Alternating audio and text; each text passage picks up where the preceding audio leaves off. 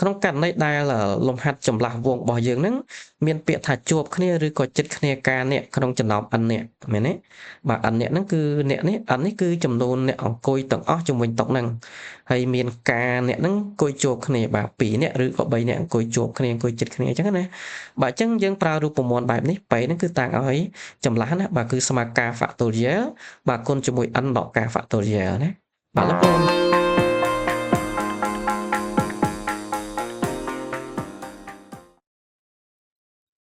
សួស្តីបងប្អូនអ្នកស្រឡាញ់គណិតវិទ្យាបាទសូមស្វាគមន៍មកកាន់ Channel របស់ខ្ញុំ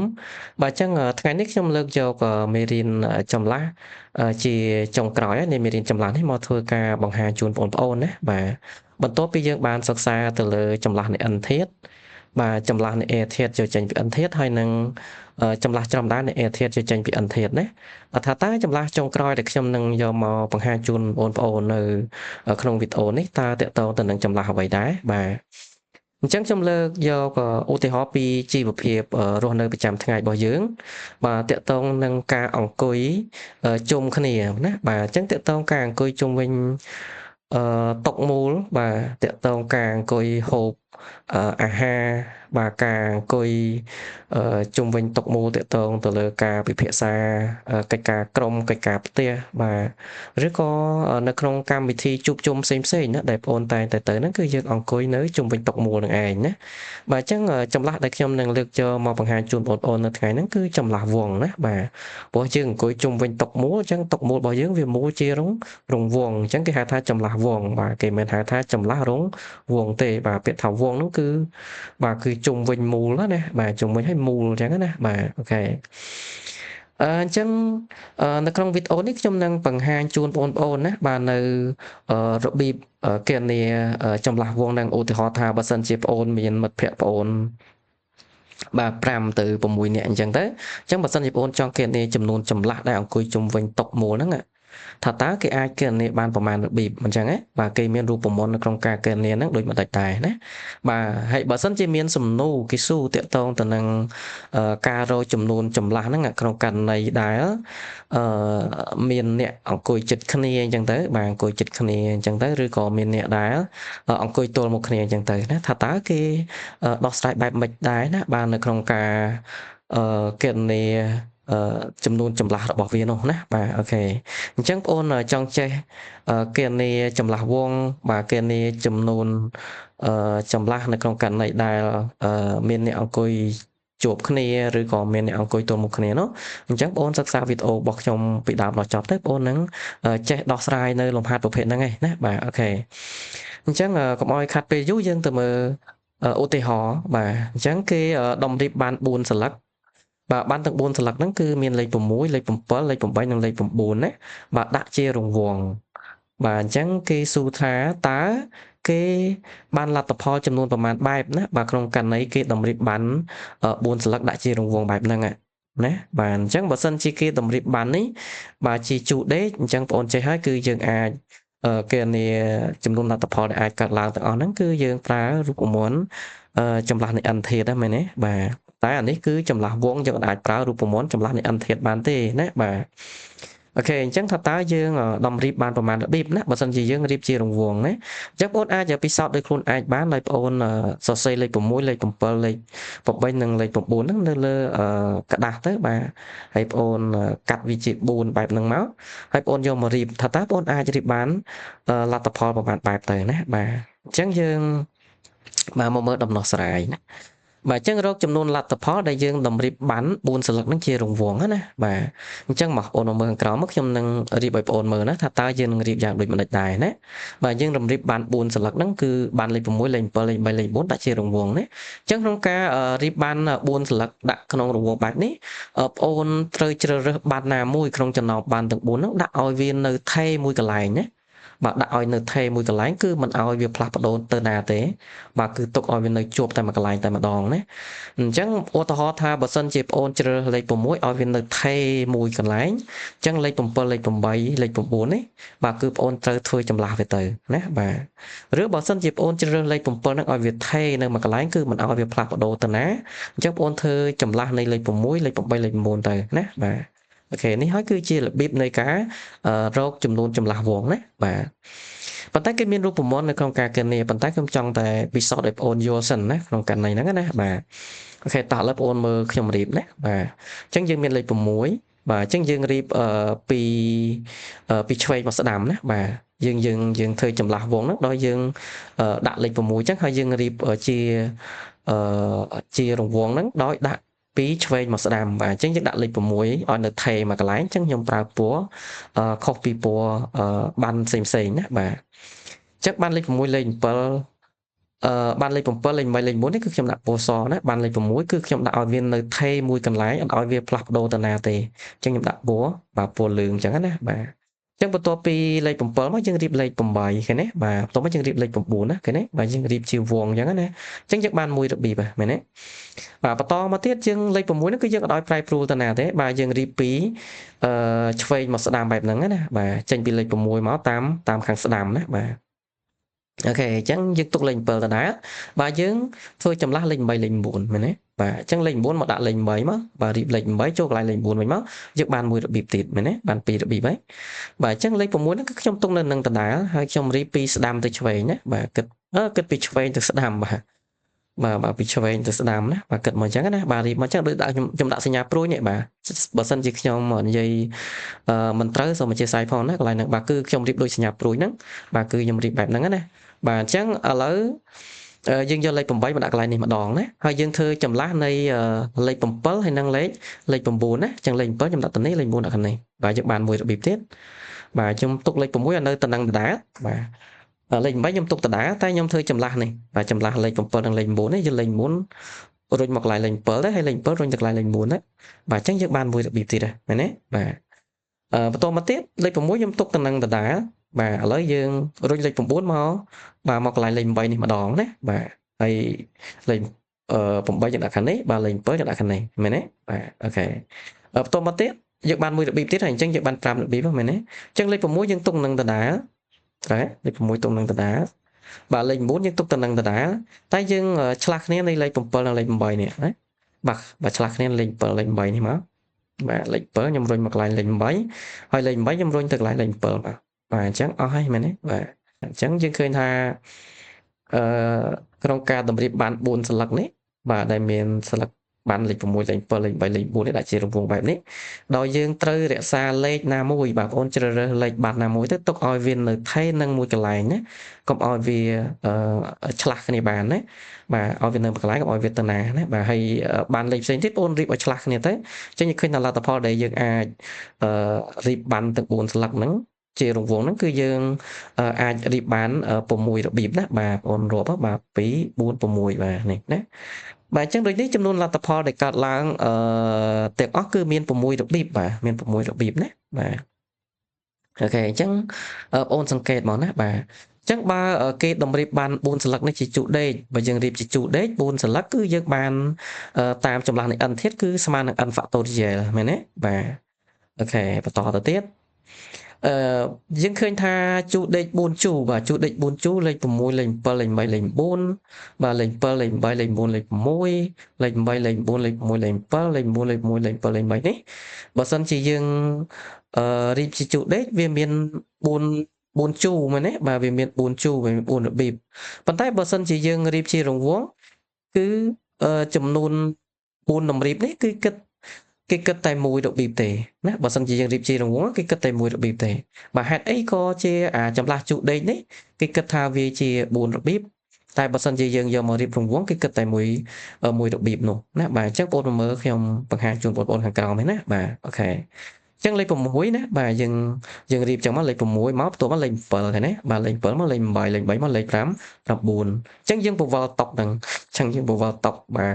ឬក៏តុកយើងទុកនៅអញ្ចឹងទៅតែយើងវិលណាវិលណាយើងវិលចេះបាទវិលបែបនេះ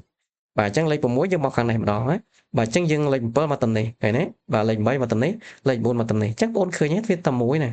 វាលេខ6មកលេខ7លេខ7មកលេខ8លេខ8មកលេខ9ឃើញទេបាទនេះអានេះដូចគ្នា6 7 3 9ណាគាត់ថាទីតាំងនៃការអង្គុយវាខុសគ្នាប៉ុន្តែបើយើងគិតមើលទៅវាដូចតែគ្នាទេមែនទេបាទអញ្ចឹងណា Chẳng khởi nhé và ở lớp tiền ở lớp mở lên mũi nhưng vơ mà đòn này lên mũi coi mà đòn này đấy coi nó cào tôi bắt lên bấy lên buồn đấy tam đồng đập chân từ đá là khởi nhé và to mà tiết và lên mũi mà đòn này món lên bấy lên buồn cái đấy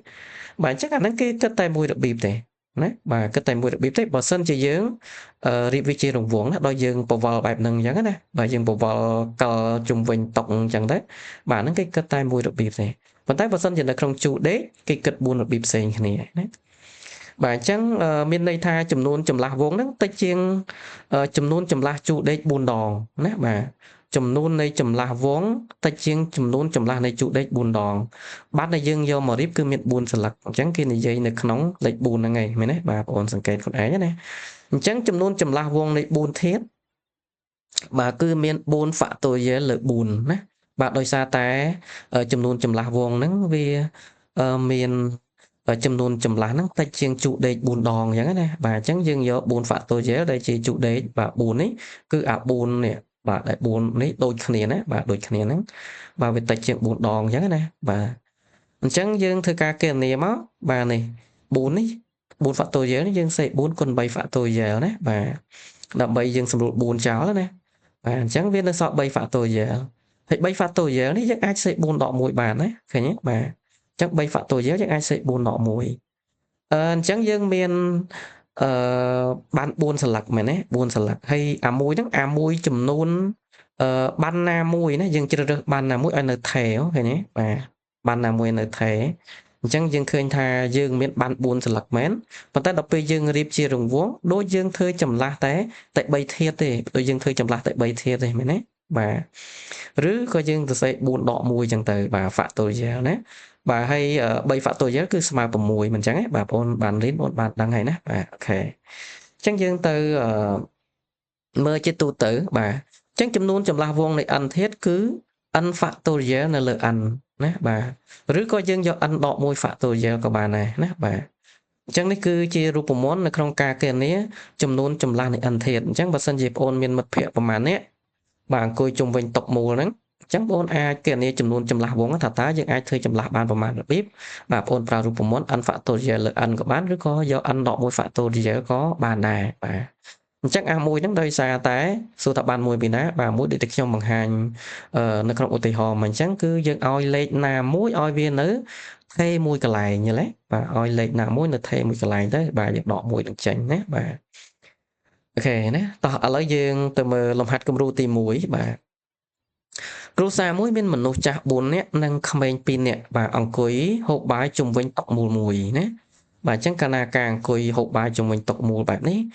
bên đây thà chầm lạ đại dương tới kiện này nó cứ dương ra chầm lạ vuông á nè bà còn tay số tha nét đang coi chung với tộc mùa nó miềnประมาณ nè chẳng là không nó dương khơi tham lục cha miền bốn nét nó không miền pin nè mày nè bà chẳng bà dương sộp châu cái này ông coi chung với tộc nắng rồi còn nó ông coi chung với tộc nắng bà từng cha từng mấy nó cứ miền 6 nè mày nè bà buồn buộc pí máu về tranh 6 nè ấy nè bà chẳng sầm nô có cái số tha tá ca ông coi này miền ประมาณ được bịp khâu này bà chẳng càng coi chung với tộc múa cứ chia chầm lạ vuông á mày nè bà hỏi chầm lạ vuông nó cứ chầm lạ ประมาณ nè cứ chầm lạ nè bà mình nộp trả 4 không mình pi chẳng cứ sộp chungให้ 6 cho mày nè chẳng tamรูป môn chầm lạ vuông cứ bà 6 đọ môi phạt tôi về mày nè bà thấy sầm nô kho nè cái thà bà không anh pi nè ông coi chết khné trên nách bà không anh pi nè ông coi chết khné trên nách ta ca ông coi này miền ประมาณ được bịp nè nè bà tẹt tông càng coi chết khné năng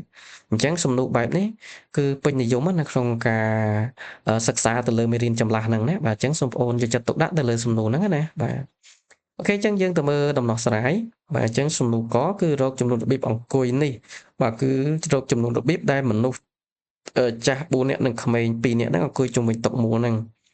bà rất có dân ai tha rồi bếp chùm nuôi mình không coi từng vào mùi nhẹ năng nè bà ok tỏ chắc ôn tầm mơ và tỏ tiếp chẳng mình nói chắc về miền buồn nè hay mấy miền pì nè chẳng dân sộp trâu này tới miền vào mùi nè mày nè bà giật bộ trâu cái nè bà chẳng rồi bếp ông coi mình nói vào mùi nè chùm mình tộc mùa nó cứ chi chùm lạc vuông này vào mùi thiệt bà អញ្ចឹងតាមរូបមន្តចម្លាស់វងនៃ6ធាតុហ្នឹងគឺបាទ6ដក1 factorial បាទខ្ញុំប្រើរូបមន្តនេះទៅលឿនជាងណាបាទ6ដក1 factorial គឺ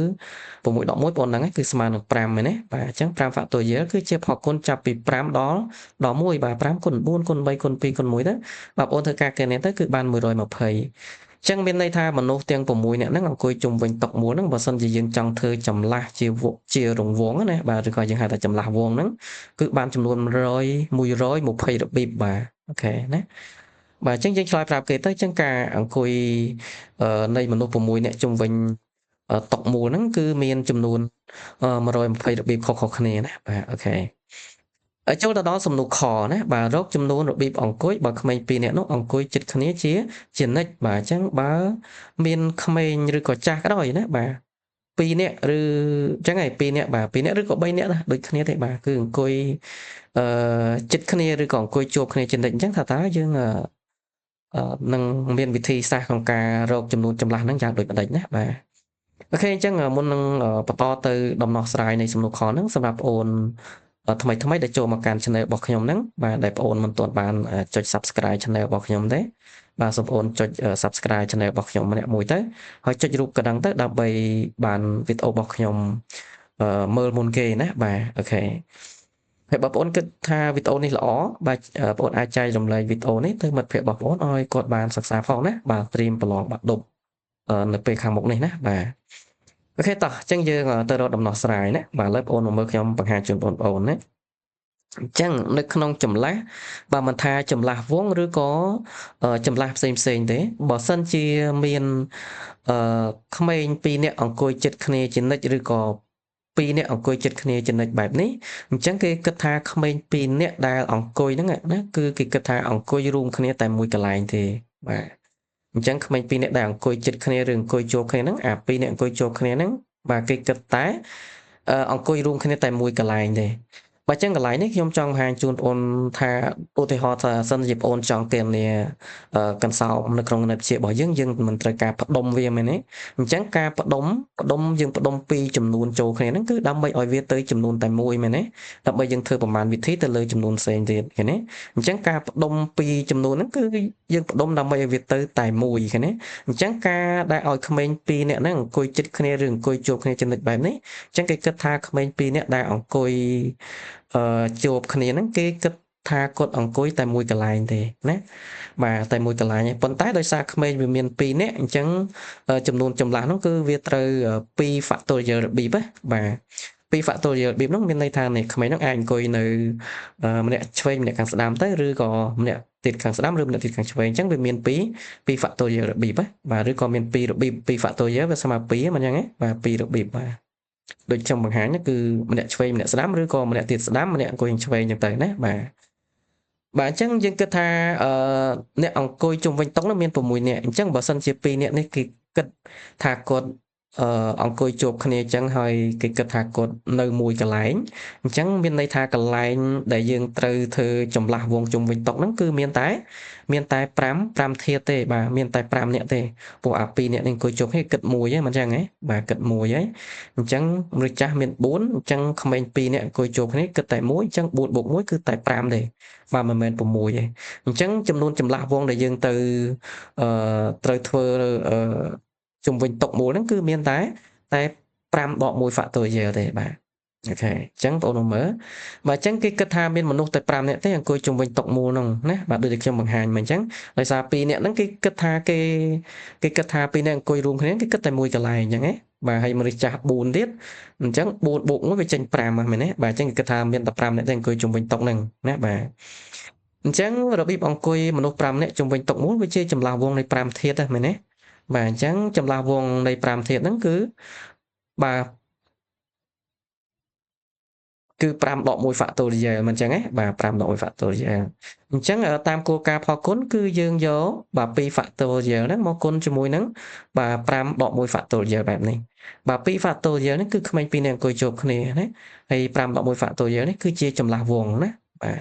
អញ្ចឹងបងប្អូនយល់បានណាបាទអញ្ចឹង2 factorial គឺស្មើ2ចំណែក5ដក1នេះគឺវាស្មើនឹង4មែនទេបាទ4 factorial chắc 4 factorial យើងយក4គុណ3គុណ2គុណ1បែបនេះមែនទេបាទ4 factorial ហើយគុណ2ទៅយើងឃើញថាស្មើ48អញ្ចឹងការអង្គុយអឺបែបនេះគឺក្នុងករណីដែលមានក្មេង2នាក់អង្គុយជួបគ្នានេះគឺមានតែចំនួន48របៀបខុសគ្នាទេណាបាទចាំបងប្អូនយល់បានណាបាទអញ្ចឹងយើងសង្កល់ណាបាទក្នុងករណីដែលលំហាត់ចម្លាស់វងរបស់យើងហ្នឹងមានពាក្យថាជួបគ្នាឬក៏ចិត្តគ្នាការអ្នកក្នុងចំណោម n អ្នកមែនទេបាទ n អ្នកហ្នឹងគឺអ្នកនេះ n នេះគឺចំនួនអ្នកអង្គុយទាំងអស់ជំវិញតុហ្នឹងហើយមានការអ្នកហ្នឹងអង្គុយជួបគ្នាបាទ2អ្នកឬក៏3អ្នកអង្គុយជួបគ្នាអង្គុយចិត្តគ្នាអញ្ចឹងណាបាទអញ្ចឹងយើងប្រើរូបមន្តបែបនេះបែហ្នឹងគឺតាំងឲ្យចម្លាស់ណាបាទគឺស្មើការ factorial បាទគុណជាមួយ n ដកការ factorial ណាបាទលោកអូនមកមើលឧទាហរណ៍មកដើម្បីច្បាស់ណាបាទបាទអញ្ចឹងលំហាត់គំរូទី2ក្នុងគ្រួសារមួយមានមនុស្សចាស់7នាក់និងក្មេង3នាក់បាទអញ្ចឹង7និង3វាឡើង10នាក់ណាបាទអង្គុយហូបបាយជុំវិញតុមួយណាបាទអញ្ចឹងខ្ញុំសៃហូបខុសអធិស្ឋានណាបាទចំណែកនេះមិនមែនបូបទេបាទគឺហូបណាបាទហូបបាយជុំវិញតុមូលមួយបាទអញ្ចឹងគេដាក់សំណួរថាបើក្មេង3នាក់អង្គុយជិតគ្នាជានិច្ចបាទក្មេងមាន3នាក់នេះណាបាទអង្គុយជិតគ្នាជានិច្ចតើការអង្គុយនេះមានប្រមាណរបៀបអញ្ចឹងយើងប្រើរូបមន្តរបស់យើងនឹងមកបាទអូខេអញ្ចឹងរកចំនួនរបៀបអង្គុយបើក្មេង3នាក់អង្គុយជិតគ្នាជានិច្ចឬក៏អង្គុយជាប់គ្នាណាជិតគ្នាជាប់គ្នាហ្នឹងឯណាបាទអញ្ចឹងយើងប្រើរូបមន្ត P ស្មើការ factorial គុណនឹង n ដកការ factorial បាទបងប្អូនប្រើរូបមន្តនេះតែម្ដងទៅលឿនណាបាទហើយ n របស់យើងគឺចំនួនមនុស្សសរុបណាបាទចំនួនមនុស្សទាំងអស់បាទគឺមនុស្សចាស់7បូកក្មេង3ឡើង10ហើយមែនទេបាទការហ្នឹង3ហ្នឹង3គឺនេះអាក្មេង3នាក់នេះគេចង់ឲ្យក្មេង3នាក់អង្គុយជាប់គ្នាណាតែបើចង់ឲ្យក្មេង2នាក់អង្គុយជាប់គ្នាយកការស្មើ2ដែរបាទបងប្អូនជំនួស n ជំនួសការចូលរូបមន្តហ្នឹងមកបាទបែបនេះ10បាទ10បក3បាន7មែនទេបាទអញ្ចឹង3 fact គុណ7 fact បាទបងប្អូនធ្វើការគណនាទៅបងប្អូនចេះគណនាណាបាទគណនា3 fact មកឃើញប៉ុន្មាន7 fact ឃើញប៉ុន្មានហើយគុណចូលគ្នាមកយើងបានបាន3240របៀបណាបាទអញ្ចឹងការអង្គុយបែបនេះគឺមាន240របៀបណាបាទអញ្ចឹងចំនួនរបៀបអង្គុយបាទគឺមានប៉ុណ្ណឹងណាបាទអញ្ចឹងយើងទៅបន្តទៀតបាទលំហាត់គំរូទី3បើសិនមួយក្រុមមានស្រី2នាក់និងប្រុស6នាក់អង្គុយជុំវិញតុមូលមួយបាទធ្វើការងារជាក្រុមណាបាទមនុស្សស្រី2ប្រុស6អញ្ចឹងបើយើងស្រុបចូលគ្នាចេញបាទ8នាក់មែនទេបាទតើសិស្សអាចអង្គុយបានប្រមាណរបៀបបើសិស្សស្រី2នាក់នោះអង្គុយទល់មុខគ្នាហា2នាក់អង្គុយទល់មុខគ្នាអញ្ចឹងក្នុងករណីហ្នឹងគេដោះស្រាយយ៉ាងម៉េចដែរណាបើសិនជាបងជួបសំណួរបែបហ្នឹងណាបាទអូខេតោះបងទៅមើលដំណោះស្រាយណាអូខេអញ្ចឹងរកចំនួនរបៀបអង្គុយបើសិនជាសិស្សស្រី2នាក់ហ្នឹងអង្គុយទល់មុខគ្នាអញ្ចឹងអង្គុយទល់មុខគ្នាហើយអង្គុយជាប់គ្នាជិតគ្នាហ្នឹងគឺមិនដូចគ្នាទេណាបាទអូខេអញ្ចឹងតោះមើលខ្ញុំបង្ហាញជូនបងប្អូនអញ្ចឹងបើក្មេងស្រី2នាក់ហ្នឹងអង្គុយទល់មុខគ្នាជានិច្ចជុំវិញតុមូល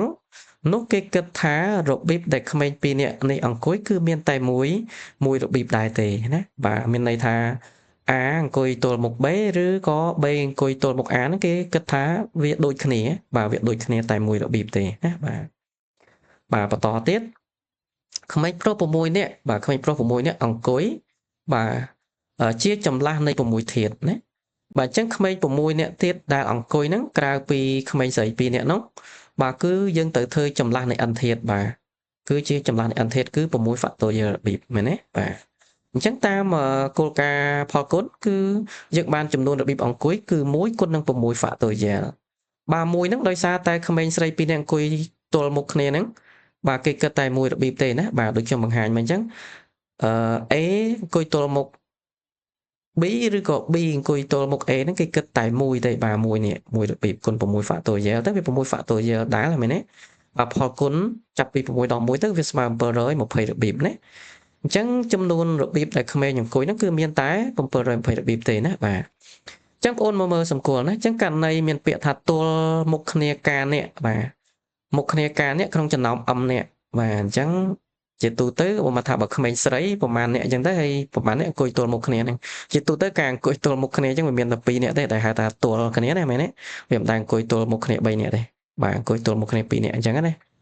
បាទឬក៏ខ្ញុំមិនដែលជួបយ៉ាងម៉េចណាតែខ្ញុំដឹងថាបើអង្គុយទល់មុខគ្នាគឺគេគិតតែ2អញ្ចឹងណាបាទសូមអធិស្ឋានផងបើខុសត្រូវអីណាបាទនឹងមាន n អ្នកបាទអង្គុយជុំវិញតុមូលណាអង្គុយជុំវិញតុមូលហ្នឹងមានគ្នា n អ្នក n ហ្នឹងគឺជាចំនួនអ្នកអង្គុយទាំងអស់តែម្ដងណាបាទ m នេះគឺចំនួនដែលអង្គុយ ចំនួនផ្សេងទៀតបាទចំនួនផ្សេងទៀតប៉ុន្តែគេជ្រើសរើសយកតែការនេះទេឧបមាថាបើសិនជា m នឹង4អញ្ចឹងទៅគេជ្រើសរើសយក2អញ្ចឹងទៅមកអង្គុយទល់មុខគ្នាអញ្ចឹងណាបាទអញ្ចឹងយើងប្រើរូបមន្តបាទ p ស្មើ c m ការបាទគុណនឹង n ដកការ factorial បាទ n ដកការដូចខាងលើមិនដែរទេបាទ c នេះគឺជាបន្សំបាទបន្សំខ្ញុំនឹងសិក្សាអឺបង្ហាញជូនបងប្អូននៅវីដេអូក្រោយណាបាទបន្ទាប់ពីចប់ចម្លាស់នេះទៅខ្ញុំនឹងសិក្សាមេរៀនបន្សំណាបាទយកមកបង្ហាញជូនបងប្អូនណាបាទដែល CMK ហ្នឹងជាបន្សំនៃការធាតុយកចេញពី m ធាតុណាហើយរូបមន្តរបស់វា CMK ហ្នឹងគឺស្មើ m factorial នៅលើ m ដកការ factorial បាទគុណនឹងការ factorial ណាបាទអញ្ចឹងបងប្អូននឹងបានសិក្សាទៅលើបន្សំនេះបានច្បាស់លាស់នៅវីដេអូក្រោយណាបាទអូខេឥឡូវបងប្អូនសិក្សាមួយខ្ញុំសិនទៅបាទចង់ច្បាស់ចាំសិក្សានៅវីដេអូក្រោយមួយខ្ញុំណាបាទអូខេអញ្ចឹងលំហាត់គំរូទី4ណាសិស្សមួយក្រុមមានសិស្សស្រី3និងប្រុស6បាទអង្គុយជុំវិញតុមូលមួយធ្វើការងារជាក្រុមណាអញ្ចឹងសិស្សស្រី3ប្រុស6មែនទេបាទស្រី3ប្រុស6អញ្ចឹងបើយើងសរុបចូលគ្នាទៅមាន9នាក់មែនទេអញ្ចឹងគេឲ្យយើងរកចំនួនរបៀបអង្គុយថាតើមានប្រមាណរបៀបបើសិនជាសិស្សស្រី2នាក់អង្គុយទល់មុខគ្នាសិស្សស្រីមាន3ប៉ុន្តែគេឲ្យ2នាក់អង្គុយទល់មុខគ្នាចំណិចថាតើគេអាចគេបានរបៀបប្រើរូបមន្តដែលខ្ញុំបានបង្ហាញមិញមែនទេ